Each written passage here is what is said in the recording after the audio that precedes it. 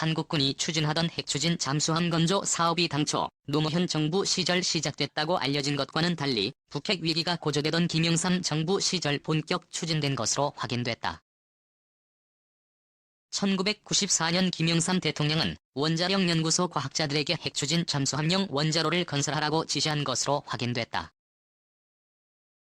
이에 따라 원자력 연구소는 러시아 핵잠수함 도면을 입수해 잠수함 탑재용 원자로를 설계했고, 국방부는 국방과학연구소에 핵추진 잠수함의 무기체계 설계를 지시했다는 것이다. 이 같은 사실은 핵추진 잠수함 건조 프로젝트를 비밀리에 추진한 투주역인 조영길 전 국방부 장관, 신재민 전 국가핵융합연구소장의 증언을 통해 밝혀졌다. 조영길 전 장관은 합참전력기획부장 시절 이지스함 사업 등 우리 군 첨단 무기 전력 증강 계획의 틀을 짠 인물이다.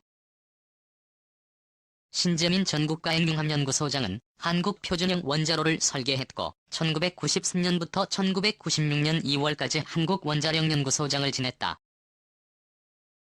이후 2005년 10월 국가핵융합연구소장으로 부임해 2008년 6월 첨단 핵융합 연구장치인 KSTLR을 건설하고 첫 플라스마를 발생시키는 데 주도적 역할을 했다. 조영길 전 장관은 북한이 NPT를 탈퇴하면서 1차 북핵 위기가 발발하자 당시 합참전력기획부장으로서 군 전력 증강 사업을 전면 수정할 수밖에 없었다. 면서 원자력연구소와 ADD와 협력 3,000톤급 핵추진 잠수함 건조 사업에 착수해 2008년 9척을 실전 배치한다는 계획을 수립했다고 말했다. 조 전 장관은 1994년 국방부는 480억 원의 핵추진 잠수함 개발용 비밀 예산을 편성해 원자력 연구소와 DD에 전달했다면서 이에 맞춰 1300km 사거리의 잠수함 발사용 크루즈 미사일도 개발했다고 했다. 2006년 1월 26일 조선일보는 우리 군이 4,000톤급 원자력 추진 잠수함을 2007년부터 건조에 착수해 2012년부터 해서 3년 간격으로 척을 실전 배치한다고 보도했다. 국방부와 해군은 2003년 5월부터 핵잠수함 독자 건조를 검토해왔으며 올해부터 2006년까지 개념 설계를 마친 후 2007년부터 건조에 돌입한다는 내용이었다. 국방부는 원자력 잠수함 건조 계획 부인, 대우조선이 건조한 해군의 200구급 잠수함 엽기함. 이 보도 직후 원장 한강시 국방부 확득정책관은 기자들과 만나 핵잠수함은 한반도 비핵화 선언에 위배되기 때문에 국제원자력기구의 사전 승인을 받지 않고는 현실적으로 불가능하며 3,500톤급 잠수함을 핵추진으로 건조하는 것은 기술적으로도 불가능하다고 핵잠수함 건조 계획을 전면 부인했다. 당시 국방부는 핵잠수함 사업이 논란을 빚자 한국국방연구원에 용역을 주어 사업에 대한 타당성 검토를 위한 연구 과제를 맡겼고 2003년 말 키드는 국방부에 연구 결과를 보고했다고 한다. 또 연구에 담긴 내용은 미국을 배제한 채 비밀리에 핵추진 잠수함 건조는 사실상 불가능하다는 내용이 주주식 회사를 이루고 있었다고 한다. 월간조선 2004년 8월 도는 한국군의 핵추진 잠수함 건조 기획 내막 보도를 통해 우리 군의 원잠 건조 사업을 구체적으로 보도했다. 당시 월간조선이 보도한 내용은 2004년 6월 하순 국방부에서 열린 잠수함 실무 관계자 회의에서 핵추진 잠수함에 대한 개념 설계 허가가 떨어졌으며 핵추진 장치 개발 계획을 국방부 장관에게 별도 보고하라는 지시가 있었다는 내용이었다. 이와 함께 3조 5천억 원에 달하는 핵잠수함 3척의 개발 예산이 해군의 한국형 이지스함 사업 차기 호위함 사업 소해 탐색함 사업 등에 분산 은닉되어 있는 사실도 보도했다. 해군이 2004년 6월 조사단 내 원자력 잠수함 전담부서인 사업단을 설치해 설계 및 건조 무장과 관련된 각종 현안 검토, 작전 요구 성능 수립 등을 담당하고 있으며 LDDA의 잠수함 설계팀이 한국원자력연구소 산하의 핵추진기관 연구팀이 각각 활동 중이라는 사실도 보도했다. 그러나 조영길 전 장관은 핵추진 잠수함 건조는 이보다 10년 전인 1994년부터 추진되기 시작했다고 증언했다. 1차 북핵 위기 터지자 원장 건조 추진. 당시 합참전력기획부장을 맡고 있던 그는 북한이 핵을 절대로 포기하지 않을 것으로 판단 우리 군의 전력 증강 방향을 근본부터 바꾸게 됐다면서 2008년 북한의 핵무기가 다시 찾아올 것으로 예측하고 육해공 전략을 2008년도를 목표로 획기적으로 개선하는 작업을 추진했다고 했다. 그의 말이다. 육군은 핵이나 화생방 상황에서 생존성이 높은 기계화 부대를 4개에서 8개로 증강시키고 현재의 차기 전차를 개발하기로 했습니다. 공군은 조기 경보기를 도입하고 차기 전투기 사업으로 F-15 전투기 200대를 도입할 계획을 수립해 김영삼 대통령에게 보고했어요. 그러나 FX 사업은 추진 과정에서 IMF 경제 위기가 닥치면서 예산상의 문제로 120대로 줄었고 김대중 정부 들어 40대로 축소된 것을 내가 국방장관으로 취임하여 20대를 추가했습니다. 또 최신의 공대지 미사일과 최신의 요격 미사일 패트리엇을 도입하기로 미국 레이시 윤사와 구체적인 구입 절차를 타전했어요. 그러나 북한이 대포동 1호 미사일을 일본을 향해 발사하는 와중에도 김대중 정부는 미국의 MDJ를 거부하며 한미 간 불신의 단초를 제공했습니다. 노무현 정부 들어 최신의 팩서리 대신 독일의 중고 피트를 업그레이드해서 들어오는 것으로 변경됐습니다. 조 전 장관은 해군력 증강에 가장 공을 들였다고 한다. 그는 한국형 구축함 사업으로 추진하던 3,000톤급 KTX-1 사업을 축소시키고 한국형 이지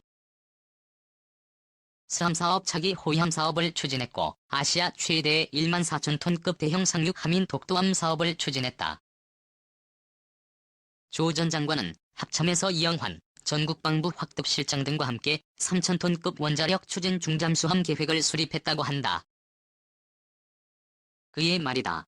미국의 잠수함도 타보고 중국, 일본의 잠수함도 연구했습니다. 우리나라의 서해안을 중심으로 한 지역은 대륙붕으로 이루어져 핵추진 잠수함을 보유하면 전략적으로 상대방에게 엄청난 위협이 됩니다.